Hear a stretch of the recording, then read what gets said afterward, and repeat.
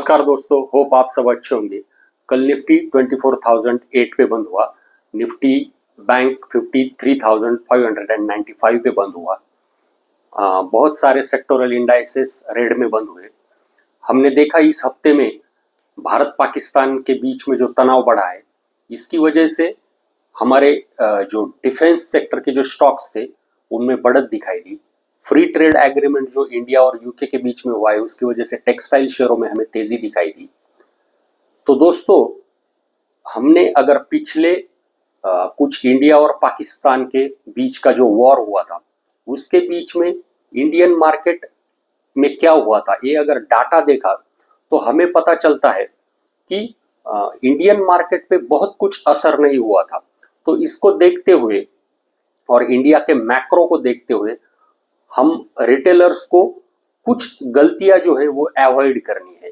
जो रिटेलर्स बार बार ऐसी सिचुएशन में जो गलती करता है वो हमें अवॉइड करनी है और इस मार्केट में हमें टिके रहना है, क्योंकि इंडियन मैक्रोज का देखे महंगाई कम हो रही है, आरबीआई कंटिन्यूअसली रेट कट कर रहा है, लिक्विडिटी इन्फ्यूज कर रहा है। तो इसलिए हमें इस मार्केट में टिके रहना है और जब जब मार्केट में करेक्शन आएगा तो वो हमारे लिए एक अच्छा मौका होगा। हमें जो अच्छे अच्छे स्टॉक्स है, लार्ज कैप के जो अच्छे स्टॉक्स है, मिड कैप के जो अच्छे स्टॉक्स है, स्मॉल कैप के जो अच्छे स्टॉक्स है, उनमें हमें बाइंग की अपॉर्चुनिटी ढूंढनी है।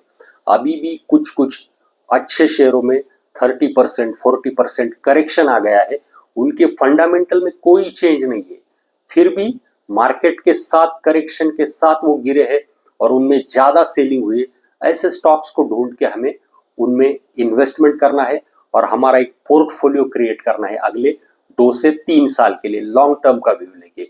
शॉर्ट टर्म का व्यू लेके कुछ नहीं करना है इस मार्केट में। स्पेशली अब जो ये युद्ध का तनाव बढ़ा है, तो ये कितने दिन तक चलेगा, क्या चलेगा, इस सब पे हमें नजर रखनी होगी।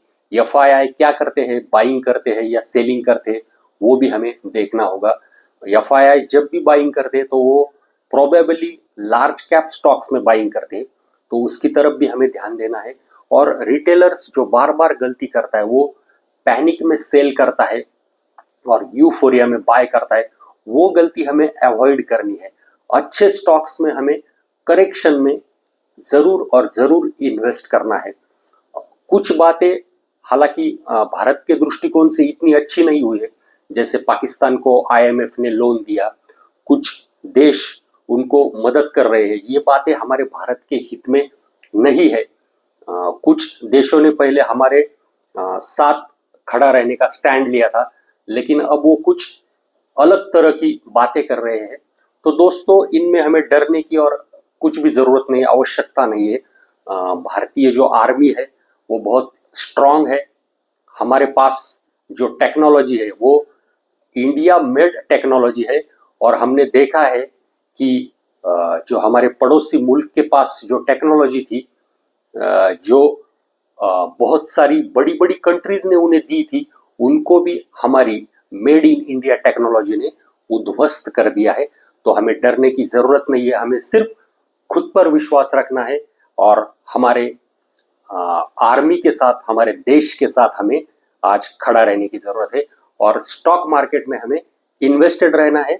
ये समय भी चला जाएगा, दिस शैल टू पास, ये समय भी चला जाएगा और हम फिर हमारी इंडिया की ग्रोथ स्टोरी में पार्टिसिपेट करेंगे दोस्तों। तो आज के लिए यहीं पे रुकते हैं। धन्यवाद।